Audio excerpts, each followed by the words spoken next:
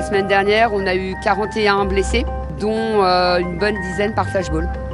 Avec des gens qui sont partis à l'hôpital avec des fractures de la mâchoire, des commotions cérébrales. Sinon, c'est beaucoup des yeux qui pleurent, des gens qui sont malades à cause des gaz lacrymogènes. Parfois, par des mouvements de foule, quelques arcades qui saignent ou des nez parce que les gens se précipitent, loupent le trottoir et tombent. Mais sinon, en général, c'est beaucoup de blessures par flashball ou de lacrymogène. Bon, tout ce qui est lacrymogène, on peut aider, on peut soulager grâce à du sérum phi ou des petites astuces qu'on a en tant que médic.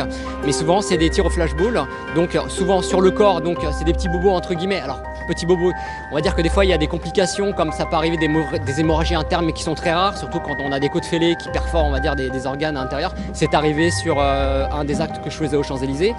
Mais c'est vrai que quand on a des tirs directement à la tête, on est sur des blessures beaucoup plus profondes, beaucoup plus graves. Et là, bon, c'est des blessures qui sont assez impressionnantes puisque ça saigne énormément. Mais bon, on va dire que quand ça vise le derrière de la tête, c'est gérable. Mais quand c'est des parties sensibles comme les yeux, comme la bouche, le nez, c'est beaucoup plus complexe. Et là, ça demande vraiment une évacuation le plus rapide des blessés, quoi. La petite Fiorina, puisque c'était la première, on va dire, blessure grave que j'ai eue à soigner. C'est la jeune fille qui a perdu son œil gauche. Une des premières, on va dire, en plus elle est étudiante, elle était là avec son copain, ils étaient là complètement statiques.